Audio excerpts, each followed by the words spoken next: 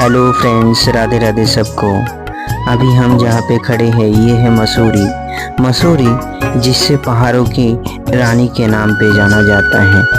देश की सबसे लोकप्रिय हिल स्टेशन में से एक है मसूरी।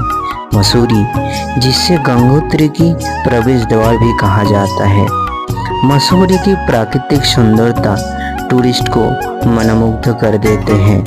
टूरिस्ट यहाँ घने जंगल, पहाड़, नदियों, झरने और सुंदर प्राकृतिक वादियों को देख सकते हैं।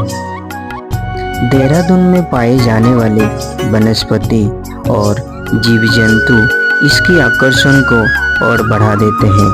दिल्ली एवं उत्तर प्रदेश की निवासियों के लिए ये लोकप्रिय ग्रीष्मकालीन पर्यटन स्थल है। तो आप लोग भी घूमने आइए। राधे राधे।